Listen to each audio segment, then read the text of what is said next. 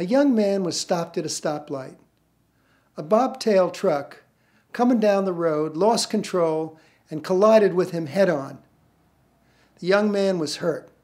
He'd hit his head on the windshield. He'd been knocked out. The ambulances took him to the hospital. They examined him in the emergency room, X-rays, CAT scans, MRIs, and really they didn't see anything. Basically, he had bumps and bruises. They told him to go home. Probably had a concussion. Told him he'd probably get better, nothing to worry about. I'm Peter Miller, Arkansas car and truck accident attorney, and today I'd like to talk to you about the injury diagnosis that the doctors missed. About 4 weeks later, the young man and his mom came into my office. Apparently, the young man was still having headaches from the accident, wasn't doing well in school, wasn't able to sleep, seemed to be having all kinds of odd problems. I said to the mother, was he knocked out? She said, yeah, he was knocked out in the accident. I said, was he diagnosed with a concussion? She said, yes. I said, I believe that he has post-concussion syndrome. She said, what's that? I'm sure you've been hearing about these football players who develop brain injuries while playing football. It's been in the news a lot.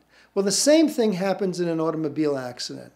It's called a coup contra coup injury, and the result is post-concussion syndrome. In a concussion, the head moves forward quickly and then back quickly. And in that process, the brain essentially shakes inside the skull. Because the brain doesn't sit inside the skull tightly, it's a little bit loose. It's almost in a bag floating in water, and it just sort of jiggles around.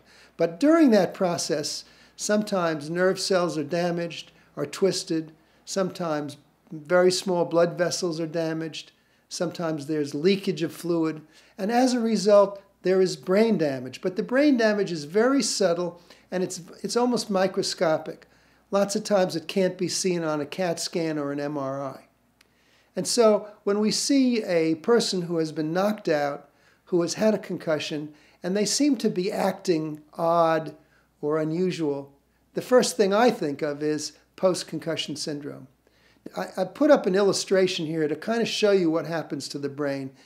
In the first illustration, the head moves violently forward and the brain moves back and bumps into the back of the skull. In the second illustration, the head moves back and the brain moves forward, bumps the front of the skull. This is called a coup contra coup injury. A hit and a bounce. The brain literally jiggles inside the head. Anytime a person is involved in an accident and they are knocked out, I'm always suspicious about possible brain damage. In this case, we had the young man evaluated by a neuropsychologist. And the neuropsychologist was able to show that indeed he did suffer post-concussion syndrome. He did suffer some brain injury. And as a result, what was normally a case having to do with bumps and bruises turned out to be a very significant case because the injury is very significant. I hope this information was interesting and useful. If you have any legal questions, give me a call. Ask for me, Peter Miller. My number is 501-374-6300. I speak to people every day. I like to do that. So give me a call and have a nice day.